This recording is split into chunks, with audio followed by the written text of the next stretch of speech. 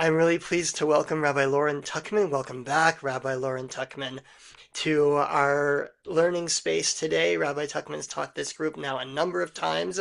She's a kind of a fan favorite. At least if I'm the fan, then Rabbi Tuchman, you're the fan favorite. Um, Rabbi Tuchman is a rabbi in the DC area, a Jewish educator who focuses, among other topics, on the Jewish disability space as well as Jewish mindfulness space.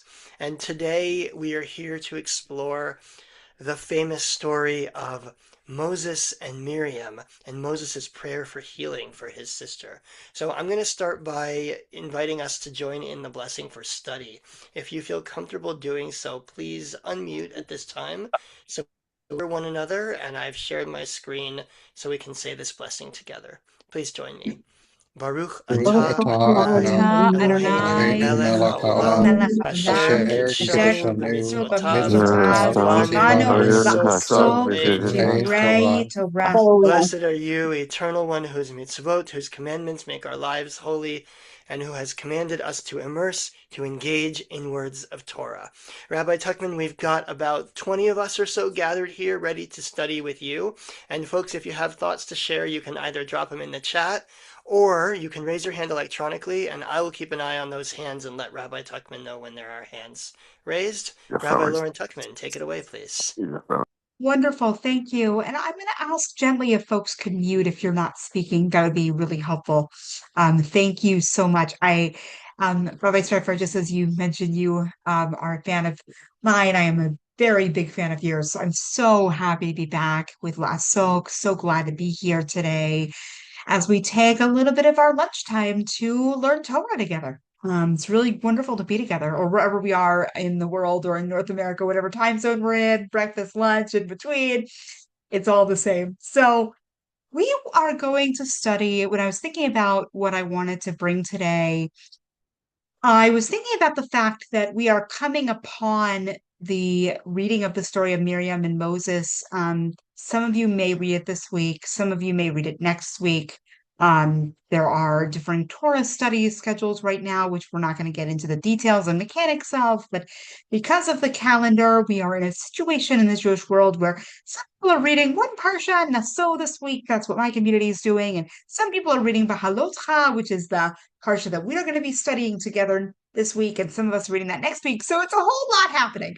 But suffice it to say, for our purposes today, that we're going to really look at this text. And the reason I wanted to bring it today is because it's such an important and foundational text, and there is a lot happening. There are so many different strands that are actually woven.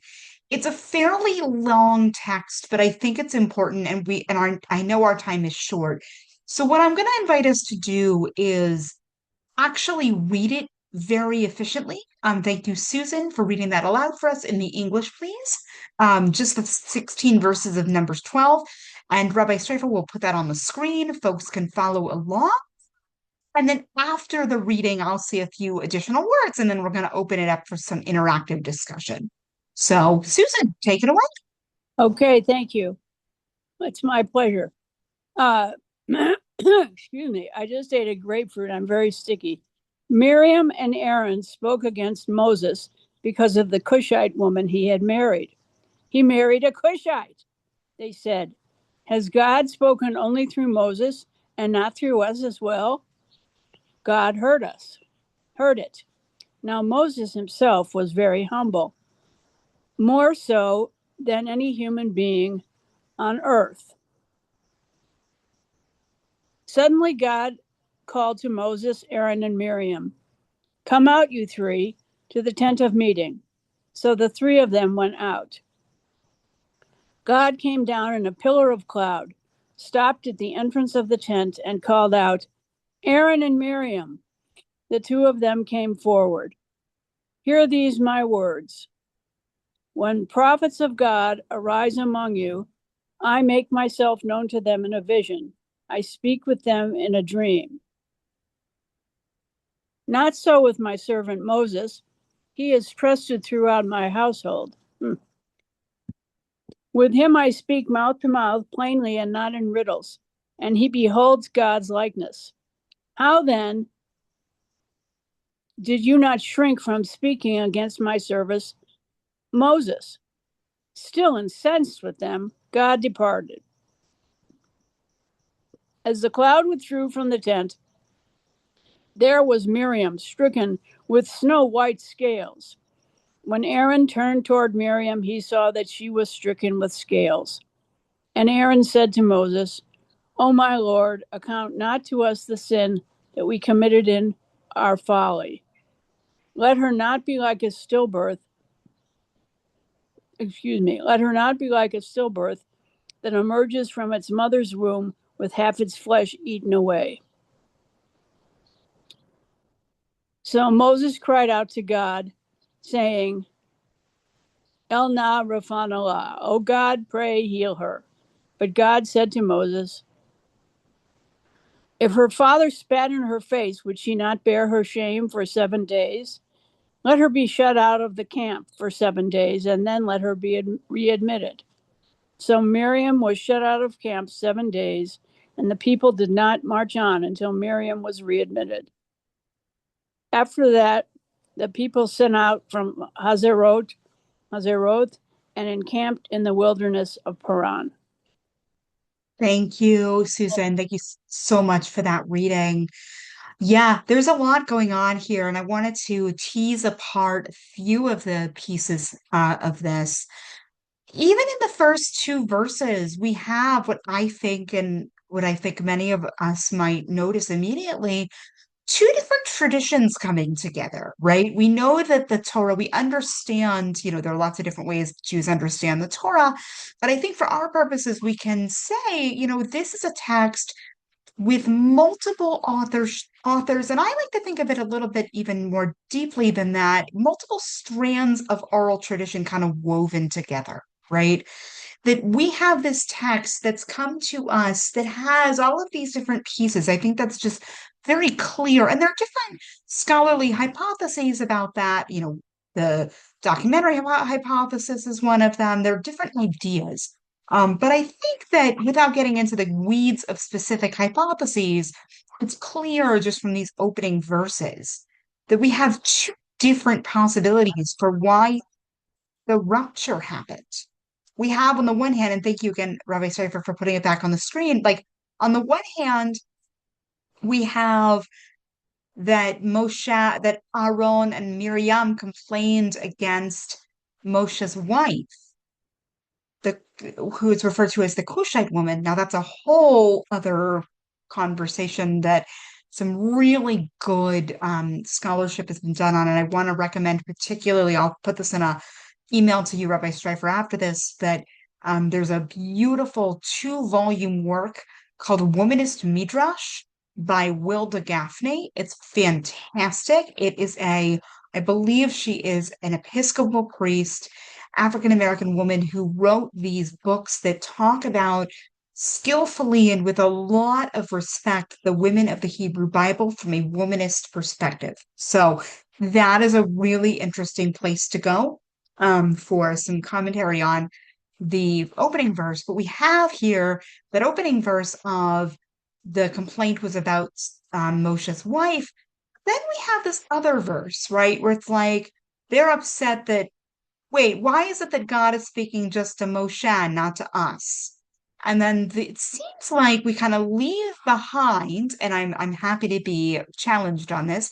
It seems like we kind of leave behind the opening verse around Moshe's wife, and we move into this longer conversation about the role that Miriam and Aaron have vis-a-vis Moses, and makes God's self pretty clear around God's relationship to and with Moses, which is also an interesting thing. The Musar tradition has a lot to say about the third verse, where Moshe is referred to as an Ish Anav, a very humble person, more humble than anyone else on the face of the earth. So there's a lot happening around woundedness, dynamics, sibling stuff. Like there's a lot to unpack here. I want to turn it over to all of you. And the way I'd like to do this is really hear multiple voices. Try to be as concise as you can so we can hear as many as we can before I come back with a response. I really want this to be a very active discussion. So please feel free to respond to one another. If there's anything that jumps out at you, what are things that are really jumping out at you, and how do we kind of think about this text? And then, of course, I'll weave it into why I think there's some hope here. So I'm just gonna name. I'm gonna read a question that came up in the chat, and then I'll turn it to Susan, who has her hand up, which is that Caroline asked, "Why does only Miriam get Sara'at and not Aaron?" Which I think is a question Hmm. worth raising here. Susan, do you want to respond as well? Yes, but not to that. I'll just respond to the question in general.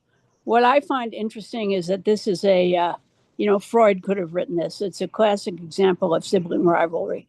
And it could well be that they're just mad because the Cushite woman is a red herring.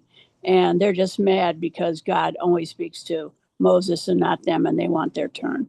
So they're pouting like children. Hmm. Yeah, absolutely, Susan. Thank you for that, for sure. Other comments? I'm gonna add another comment of my own, which is that I always enjoy verse 3, which we don't have it on the screen anymore, but now Moses was the most humble man on earth. If the Jewish tradition is correct and Moses wrote the Torah, that means that Moses wrote that Moses is the most humble person in the history of the world, which I enjoy the irony of that. Uh, It's fantastic irony, isn't it? It's like the middle of this text about how my siblings are mad at me. I'm just gonna throw in a little, dig of like I am the most humble man. Yeah, right. totally. Let's see, we've got Bob Hammer with a hand up as well. Well, I just wanted to say that the thing about Moses's wife is not a red herring, but a black herring. And that gets into the whole idea of what it means or meant in those times to be Cushite, and whether you had to be from Cush or you just had to be as good looking as a Cushite, whether you were from Midian or wherever. Hmm. Yeah, I think that is extremely fair. And I don't recall her analysis exactly, but I believe that in Womanist Midrash that is taken on directly because of exactly the point that you raise around what does it mean? Does it mean to be as good looking as the people from Cush? Or, we think of traditionally, it's interesting because we think traditionally of Tzipporah, who is Moshe's wife, of being from Midian, as you mentioned, Bob. And so there's like a whole geographic layer, a whole ethnic grouping layer, like so many pieces. I'm trying to be very deliberately careful in how I talk about this because in the Hebrew Bible, race as it came to be understood through, eugenics and pseudoscience and all of the horrors that that a lot of white people kind of created this horrible concept that has now impacted millions upon millions upon millions of lives for centuries in a horrific way. Um, the idea of race, which we know is a construct, but one that deeply impacts people's daily lived experience in real structural ways that we cannot ignore, was not understood in the same way in the Hebrew Bible, which means that we need to figure out what was going on here and how do we really get a good understanding of the tensions and everything that may have been arising because human beings have always held implicit and explicit bias in very bigoted ways, and I think we can see that there's a possibility of that coming up here too. Rabbi Tuchman, we have one more hand up if you want me to call on that person. Yeah, please. So that's John. Go ahead, John. Yeah, so it's my understanding that the kingdom of Kush was a major and well established empire in the eastern part of Africa. So the fact that they mention Kushite rather than, a woman who's good looking or whatever, means that, we're a relatively new people at this time. There might have been concern that we could be enveloped by this new kingdom or this established kingdom. Do you think that is in the background? Oh yeah. Yeah, Joan, for sure. I think that that's because I think you're totally right that Kush was a massively important empire, as you named. And so I think that that is very much a part of things as well. I think there's a lot of profound insecurity. As you said, we are new people at this point. We're trying to figure out who we are, and we're trying to figure out who we are in this wider ecosystem of other tribes and empires. And we are just, we are a series, at this point, we are a series of fledgling tribes. Of course, the Torah, talks about all of the ways in which we are, very much um, not unified.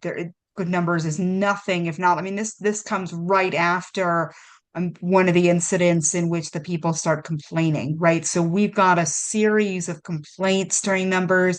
We've got, I think also, I think it was mentioned earlier, this is a very but I don't use this term in a diminutive way. I use this term in a very intentional way. This is a very juvenile, like, series of events in the Book of Numbers. And it shows us that our people in this moment are profoundly insecure. They've just left Egypt. They don't really know who they are or where they're going. And they are literally wandering Bamidbar. So, yeah, I think that's a huge piece of this. So those are all the comments we have at the moment. Right.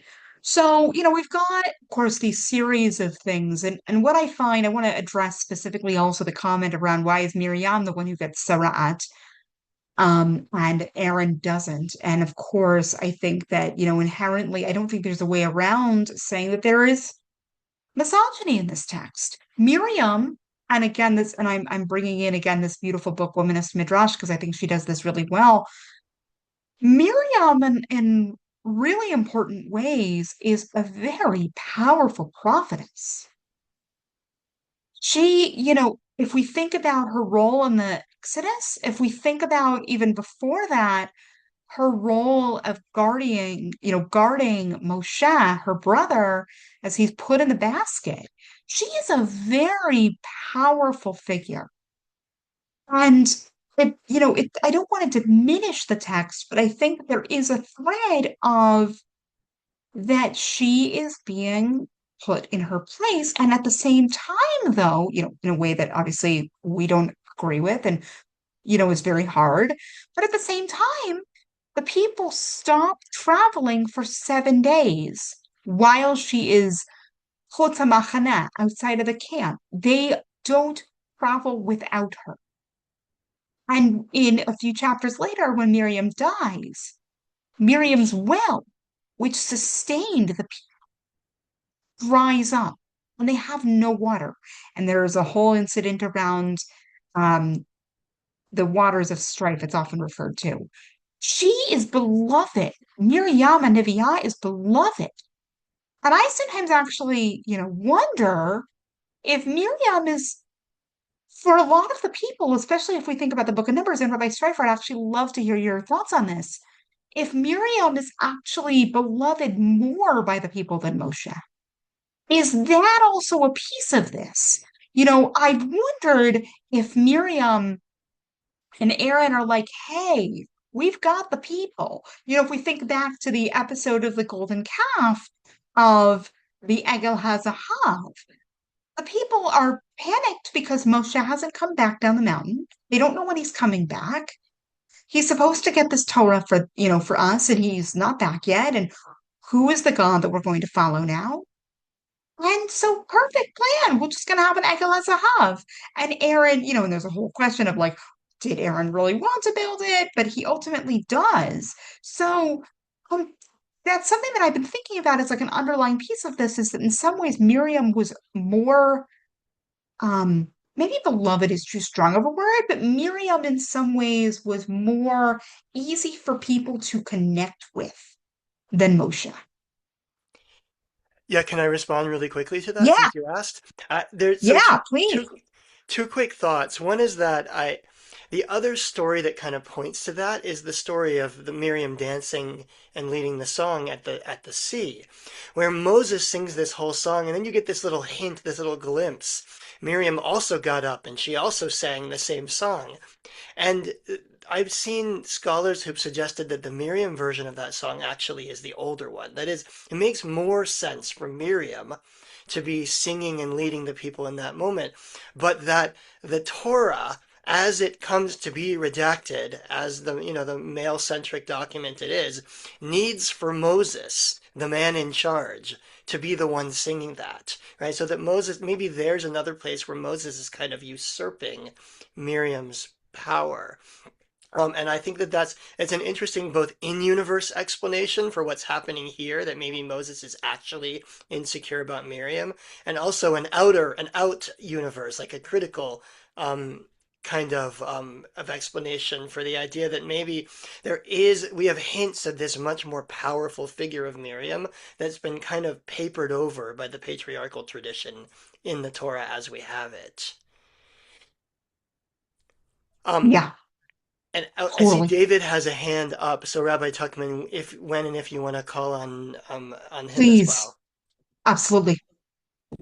Hey, thank you. It's just as you guys were both saying, it's like there's this back and forth between, Moses coming down with, the Ten Commandments, and these are the things you have to do, kind of finger wagging, and then the people being like, maybe not. We're not so sure we want all of that stuff. And he's like, no, but I'm so humble. You must listen to me. And it's almost humorous, or I think it is humorous.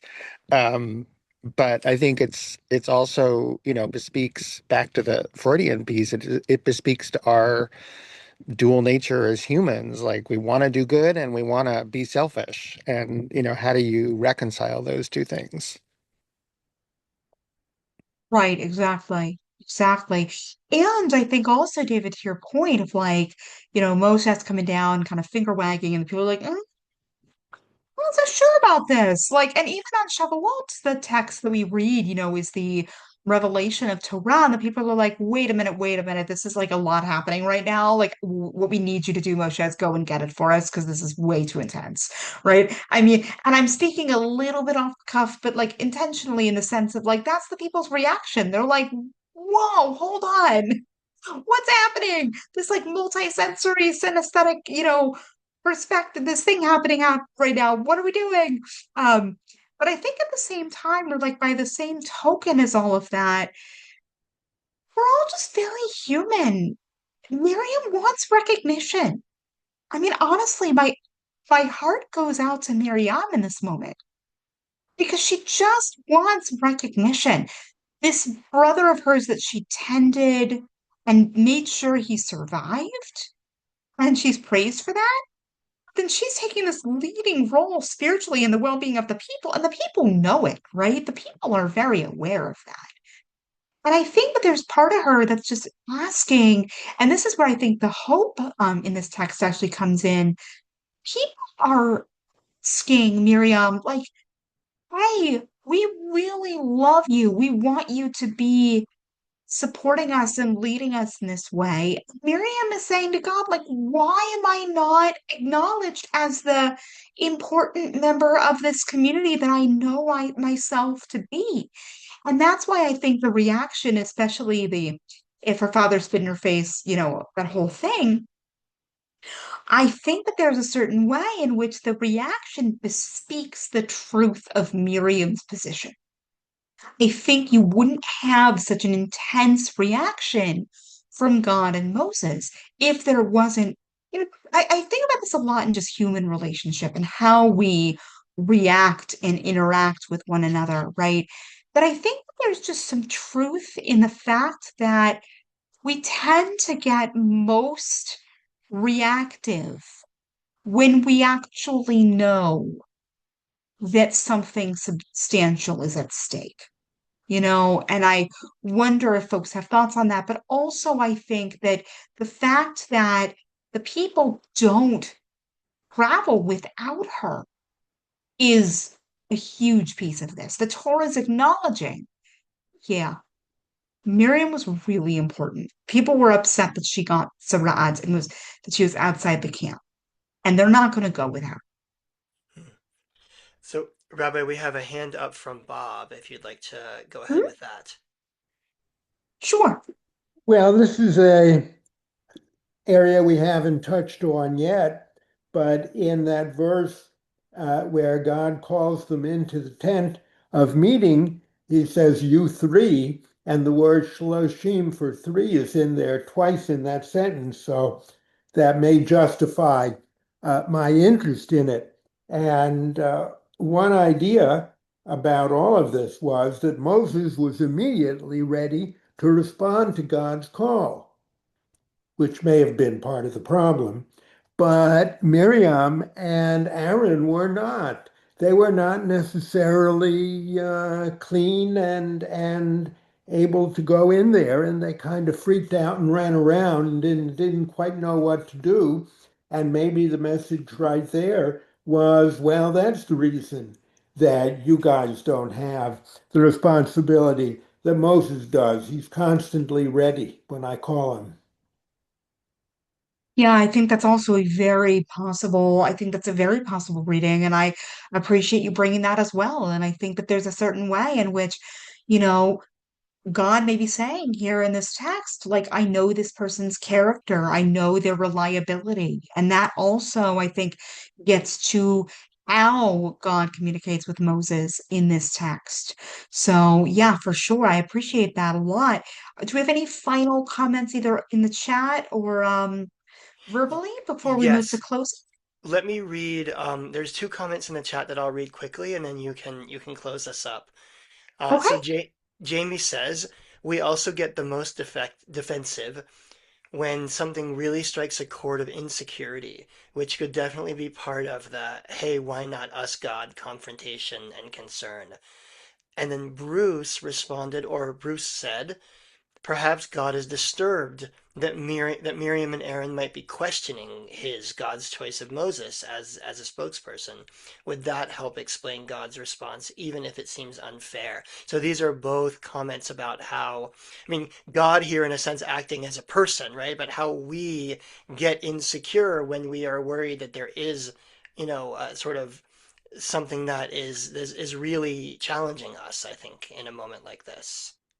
Oh, for sure. Absolutely. And I think I'll say to close, what I find so hopeful about this text is exactly that piece. The Torah, the rabbis often talk about the Torah speaks in the language of human beings, right? And God is really acting like a person right now. And this whole, interaction, this whole text is so human. I mean, I don't know any family that doesn't have this kind of stuff come up. And I think that as Jamie said, it's true. We do get the most insecure and defensive when a chord is struck that is our deepest insecurity. I think that that's just true. And so, what I find so moving is that this is acknowledged in the text. We're not pretending that we are somehow above this. The Torah doesn't pretend that humans are, perfect and we don't strive for that perfection. I think Rav Shai Held talks about it as possibilism, that rabbis believe that the rabbinic tradition believes in the possibilism of human nature. I may be getting that wrong, but like there isn't the sense, in a dominant Christian context that I imagine most of us are living in one way or another.